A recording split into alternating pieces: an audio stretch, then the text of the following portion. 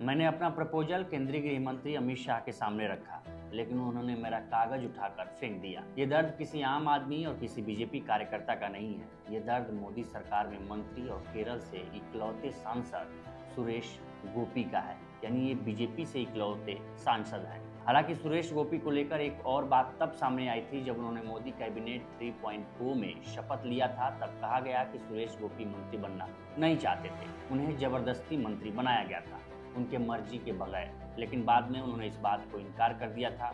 लेकिन अब फिर एक बार सुरेश गोपी चर्चा में हुए। चर्चा सुरेश गोपी के फिल्मों में काम करने को लेकर है। दरअसल Suresh Gopi Kerala film chamber of commerce की ओर से आयोजित एक कार्यक्रम में बोल रहे थे।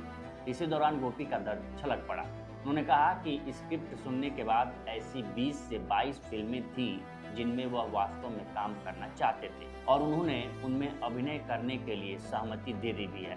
जब उन्होंने केंद्रीय गृह मंत्री अमित शाह से फिल्मों में अभिनय करने की अनुमति मांगी तो उनसे पूछा गया कि कितनी फिल्मों में काम करने की अनुमति चाहिए। तब उन्होंने कहा कि उन्हें करीब 22 फिल्में हैं जिनमें काम करना वो चाहते हैं। ये सुनते ही अमित शाह ने उनके अनुरोध पत्र को उठाकर फेंक दिया।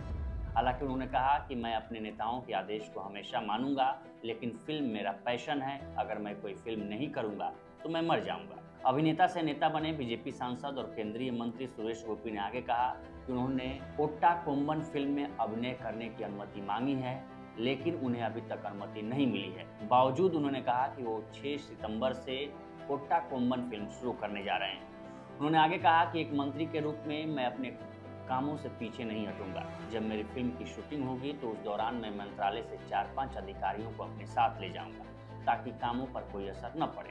मैं फिल्म के सेट पर इसकी विशेष व्यवस्था करूंगा। अगर इसके लिए मुझे हटाया जाता है तो मैं अपने को बचा हुआ मानूंगा। यानी उनका कहना है कि ये उन पर आरोप नहीं आएगा कि उन्होंने खुद इस पद का त्याग किया, बल्कि उन्हें हटा दिया गया। सुरेश गोपी का दर्द यहीं नहीं रुका। उन्होंने आगे कहा कि वो मंत्री नहीं बनना चाहते थे और अब भी नहीं चाहते। बीजेपी ने मुझे व्यक्तिगत तौर पर मंत्री का पद नहीं दिया था। उन्होंने कहा था कि ये पद तुम्हारे लिए नहीं, त्रिशूर के लोगों के लिए है। त्रिशूर यानी जहां से वो सांसद हैं। इसके बाद उन्होंने कहा कि इसके आगे उन्हें सिर झुकाना पड़ा और मंत्री पद स्वीकार करना पड़ा। मैं अभी भी अपने नेताओं के आदेश का पालन करूंगा, लेकिन फिल्म नहीं करूंगा तो मर जाऊंगा। इस पर आपकी क्या राय है हमें कमेंट सेक्शन में ज़रूर बताएं। बाकी देश दुनिया की तमाम खबरों के लिए बने रहें लोकमत हिंदी के साथ। नमस्कार।